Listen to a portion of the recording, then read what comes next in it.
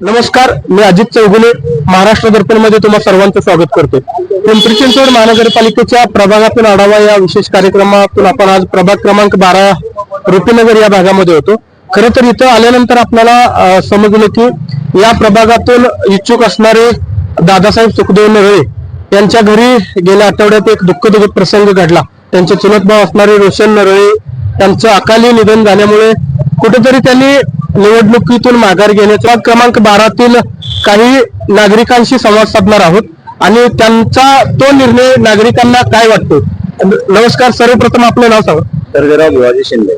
आज आम्ही महाराष्ट्र दर्पण तर्फे प्रभाग क्रमांक 12 मधून जे इच्छुक उमेदवार होते दादा नरळे त्यांच्या घरात एक अकाली निधनाची बातमी खरं तर आपल्या सर्वांसाठी धक्कादायक होती आणि या निधनाच्या प्रसंगी त्यांनी कुठेतरी त्यांचा चुलत भाऊ त्यांना सोडून गेल्याच्या प्रसंगी त्यांनी निवडणूक न लढवण्याचा निर्णय घेतला होता। तुमची सर्वांची तुमची या जनतेची खरं तर काय मागणी आहे? खरंच त्यांच्या घरात घडलेली घटना आहे, खरंच दुःखदायक। पूर्ण स्वतः नरळे कुटुंबालाच नाही तर प्रभागातील सर्वसामान्य नागरिकाला त्याचं दुःख हळहळ वाटतं। कारण एवढा तरुण तडफदार उमदा नेतृत्व सुंदर असा त्यांचा चुलत भाऊ दादासाहेब नरळे यांचा चुलत भाऊचा अकाली निधन झालं, त्याच्यामुळे पूर्ण प्रभागातल्या सर्वसामान्य लोकांना त्याची हळहळ।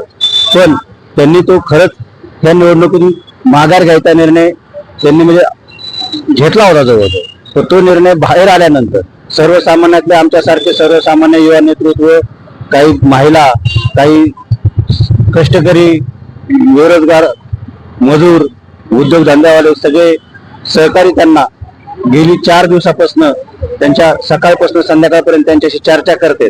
त्याच्यानंतर स्वतः नरळे कुटुंबाच्या प्रमुखांसंग चर्चा झाल्यानंतर कुठेतरी दादांनी हा निर्णय घेतला की मी गेली 25-30 वर्षापासून नरळे कुटुंबाचं ह्या प्रभागामध्ये नाव नाही तर पिंपरी चिंचवड शहरात नाव आहे। त्यांनी सामाजिक काम आहे, राजकीय काम आहे, उद्योग क्षेत्रात काम आहे, सगळीकडे सगळ्यांच्या गरजेला ते आतापर्यंत 25-30 वर्षापासून रुपीनगर मधल्या पडलेले आहेत। त्याच्यामुळे सर्वांची भावना होती की त्यांनी निवडणुकीत माघार न घेता ही निवडणूक लढावी। खरोखर दुःख झालेले अत्यंत बेकार आहे, पण त्याच्यावर कुठेतरी त्यांच्या घरात कुटुंबात थोडासा तरी आनंद यावा म्हणून त्यांना नागरिकांच्या आग्रहास्तव त्यांनी उमेदवारी म्हणजे निवडणूक लढायला तयार झालेले आहेत। आणि आता ती सर्व जबाबदारी नागरिकातील ज्यांनी त्यांना आग्रह केला नसून आग्रह केलेले तर आहेतच आहेत, पण आग्रह केल्याच्या नंतर सर्वसामान्य नागरिक उत्सुक झालेले आहेत त्यांच्यासाठी प्रचारात फिरण्यासाठी।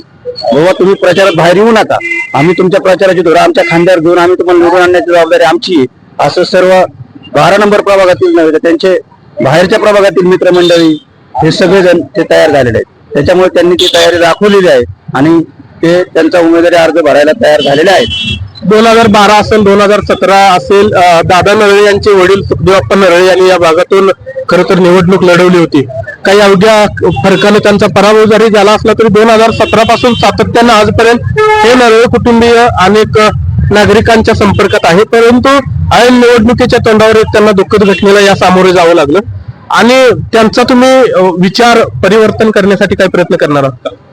विचार परिवर्तन काय, आम्ही त्यांची निवडणुकीची जबाबदारी आम्ही सर्व कार्यकर्त्यांनीच घेणार आहोत। कार्यकर्ते म्हणण्यापेक्षा कार्यकर्ते तर आहेतच आहेत, पण गेली 25-30 वर्षापासून ज्या कुटुंबाशी त्यांचे संबंध आहेत अशा सर्व कुटुंबातील एक माणूस आपल्याला जसा वेळ भेटेल तसा वेळ भेटला नाही तर वेळ काढून त्यांच्यासाठी प्रचारात म्हणजे थोड्याने भाग घेणार आहे आणि त्यांना निवडून आणण्याची जबाबदारी सर्व प्रभागातील सर्वसामान्य लोकांनी घेतलेली। त्याच्यामुळे ते की खरं तर प्रभागातून अनेक नागरिकांची ही मागणी दादा नरळे यांनी निवडणूक लढवली पाहिजे अशीच असताना त्यांच्या जीवाभावाचे सहकारी कुठेतरी या दुःखद प्रसंगातून बाहेर निघण्यासाठी त्यांना ही निवडणुकीला सामोरं जावं अशी त्यांची सर्वांची इच्छा आहे।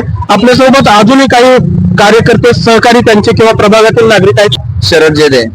तर शरद जेदे साहेब, आपण पाहतो की नरळे कुटुंब येणाऱ्या काळात निवडणूक लढवली पाहिजे का नाही, तुम्हाला काय वाटतं? या दुःखद प्रसंगी तर त्यांना पहिल्यांदा निर्णय घेतला होता की आपल्यावरती जे दुःख आलंय त्याच्यातून आपण माघार घेऊया, पण आमच्या सारखे कार्यकर्ते, सामान्य कार्यकर्ते आणि काही म्हणजे रोजगार कमवण्यासाठी आलेले लोक किंवा इतरले स्थायिक व्यापारी सर्वांनी आम्ही त्यांना सांगितलंय किंवा आम्ही जबाबदारी घेतो तुमची, तुम्ही फक्त उभा राहा, आम्ही प्रत्येक घराघरात जाऊन आम्ही लोकांना मतदान मागू, पण तुम्ही माघार घेता कामा नये। तर त्यांना तो निर्णय केला आणि निवडणूक लढवायचीच, कोणत्याही हालतमध्ये निवडणूक लढवायची, आम्ही त्यांची जबाबदारी घेतो। आपल्यासोबत या भागातील काही व्यावसायिक मंडळी आहेत, खरं तर आपण तुम्हाला काय वाटते आणि आता त्यांच्यावर दुःखाचा डोंगर कोसळलेला आहे. त्याकरता सर्व लोकांनी त्यांना मदत करावी ही माझी नम्र विनंती आहे. आपण पाहतोय की सर्वसामान्य जी नागरिक आहेत, अगदी आपल्या रोजीरोटीसाठी व्यवसाय करणारे भाजीवाली हे काका सुद्धा त्यांच्याकडे मागणी करतायत की त्यांनी ही निवडणूक लढवली पाहिजे. आपल्यासोबत अजूनही काही नागरिक आहेत, त्यांच्याकडून जाणून घेऊयात. साहेब, आपलं नाव सांगा आणि काय वाटतं तुम्हाला नरळीच्या वेळी निवडणूक लढवली पाहिजे? माझं नाव आहे आसाराम ढाकणे. मी दादासाहेब नरळे यांचा मित्र आहे. त्या मित्राच्या नात्याने त्यांनी इलेक्शन लढायचं नाही म्हणला, पण आम्ही सर्व रुपीनगरचे तरुण आणि महिला भगिनी जे काय असेल त्यांना एक सांगितलं की बाबा आपण 15 वर्ष आपण एक काम केलेलं आहे प्रभागामध्ये, तरी आपण ते म्हणले की आपल्याला इलेक्शन लढायचं नाही, आपला घरचा मुलगा गेला त्यामुळे आपल्याला इलेक्शन लढायचं नाही.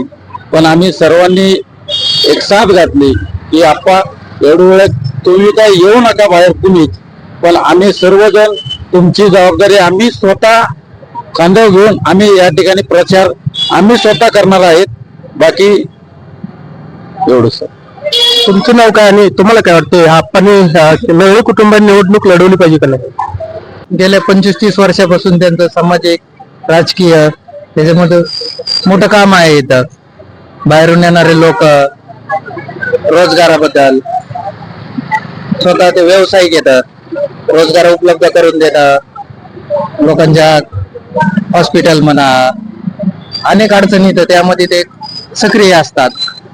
आता तर ह्या झालेल्या घटनेमुळे त्यांचं तर इलेक्शन लढण्याचा काही विषय नव्हता, पण बाकी सर्वसामान्य जनतेचा जाऊन 4-5 दिवस झाला सर्व जनता 2-3 हजार लोक जाऊन की बाबा तुम्ही आमचं सर्वसामान्याचं प्रतिनिधित्व करा.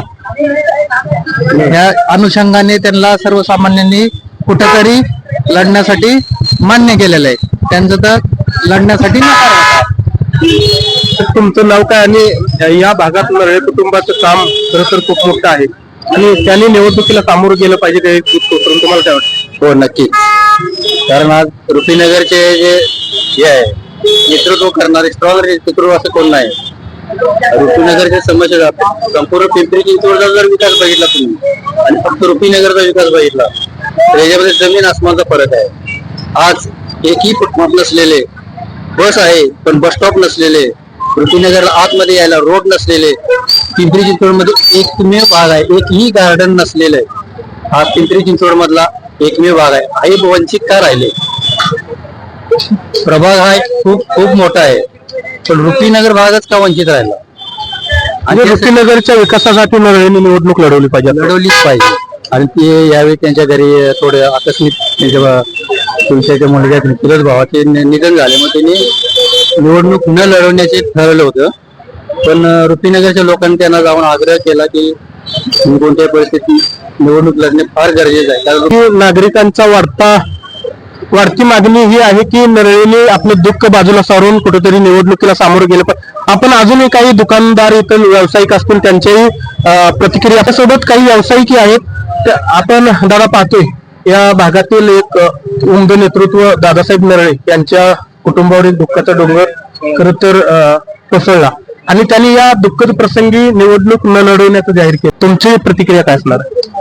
गेले 25 वर्ष झालं नरळे कुटुंब हे इलेक्शन म्हणजे सामाजिक कार्यात आहे, पण आता त्यांच्या घरावर जे दुःखाचं डोंगर जे आलेलं आहे त्यांचं मत होतं की आम्ही इलेक्शन लढवायचं नाही, पण आमच्या कार्यकर्त्याच्या आग्रहाखातीर त्यांना आम्ही तयार केलेलं आहे.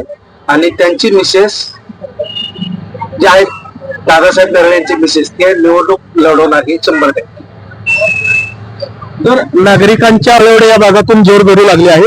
आपण आता येणाऱ्या काळात नरळे कुटुंब कोणता निर्णय घेणार आणि तो निर्णय जनते. प्रथम आपलं नाव सांगा. राजेंद्र सिंह राठौर. मराठी हिंदी भैया, आपको क्या लगता है नरळे फैमिली के ऊपर जो अभी एक दुखद घटना उनके फैमिली के ऊपर गुजरी, वो उसके बाद उन्होंने फैसला किया कि आने वाला चुनाव जो पिंपरी चिंचवड़ म्युनिसिपल कॉर्पोरेशन का है वो चुनाव नहीं लड़ने वाले. आपको क्या लगता है इस एरिया के लिए उन्होंने चुनाव लड़ना चाहिए कि नहीं?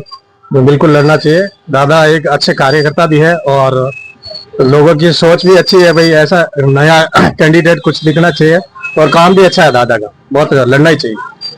आप उनको कन्विंस करने वाले हैं क्या चुनाव लड़ने के लिए? हम करेंगे ना, हम क्या पूरा पब्लिक ही करने वाला है, सबको मालूम है ऐसा यंग कार्यकर्ता चाहिए और कुछ बदलाव होना ही चाहिए। तर सर्वांची मागणी हीच आहे की येणाऱ्या काळात नरळे कुटुंबियातील सदस्यांनी निवडणूक लढवली पाहिजे।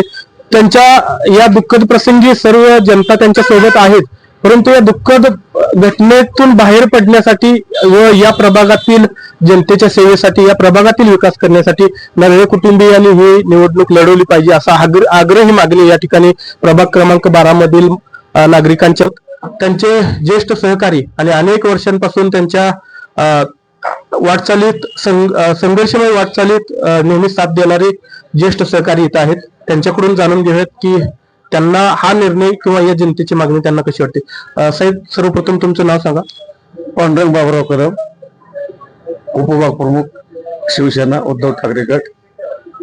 आणि साहेब, आम्ही आता प्रभाग क्रमांक 12 मधील जनतेशी किंवा जनतेमधून एक प्रतिक्रिया जाणून घेण्याचा प्रयत्न केला। इथं आल्यानंतर आम्हाला समजलं की येथील इच्छुक उमेदवार दादासाहेब नरळे यांच्या घरी, त्यांच्या परिवारावरती एक दुःखाचा डोंगर कोसळला। त्यांच्या परिवारात दादासाहेब नरळे यांचे चुलत भाऊ रोशन नरळे यांचं अकाली निधन झालं आणि त्यांनी नरळे यांनी निर्णय घेतला होता की निवडणूक न लढवण्याचा। परंतु आम्ही प्रभागात मतदारांशी चर्चा करत असताना असं जाणवलं की प्रभागातील मतदारांची आग्रही मागणी आहे की त्यांनी कुठेतरी प्रभागाच्या विकासासाठी, प्रभागातील जनतेच्या अडचणी सोडवण्यासाठी येणारी निवडणूक ही लढवली पाहिजे। तर त्यांचे ज्येष्ठ सहकारी म्हणून तुम्हाला काय वाटतं? त्यांची तसा निर्णय झाला होता की इलेक्शन लढायचं नाही, घरामध्ये दुःख झालेलं आहे। तर आम्ही सर्वांनी सहकार्याने त्यांच्याला घरी जाऊन विनंती केली आणि तरी ते ठाम होते, पण शेवटी आम्ही सांगितलं बा तुम्हाला इलेक्शन लढावी लागेल आणि त्यांनी आमच्या सर्वांच्या आग्रह खातर त्यांनी इलेक्शन लढायचा निर्णय घेतलाय। दादासाहेबांचे पिताश्री सुखदेवजी नरळे यांनी 2-3 वेळेस इलेक्शन लढलेले आणि थोड्या मतांनी हार झालेले त्यांचे।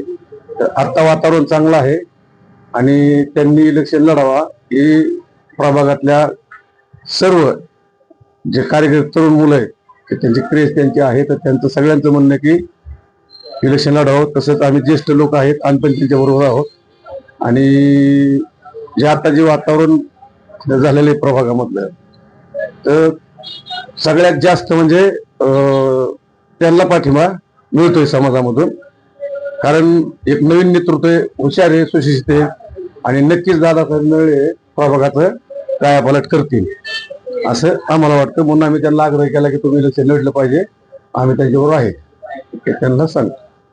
तर प्रभागातील ज्येष्ठ सहकाऱ्यांचा किंवा मतदारांचा वाढता पाठिंबा पाहता आणि मतदारांची आग्रही मागणी पाहता येणाऱ्या काळात नरळे कुटुंबीय कोणती भूमिका घेते हे पाहणं गरजेचं आहे। तोपर्यंत पाहत राहा महाराष्ट्र दर्पण। धन्यवाद।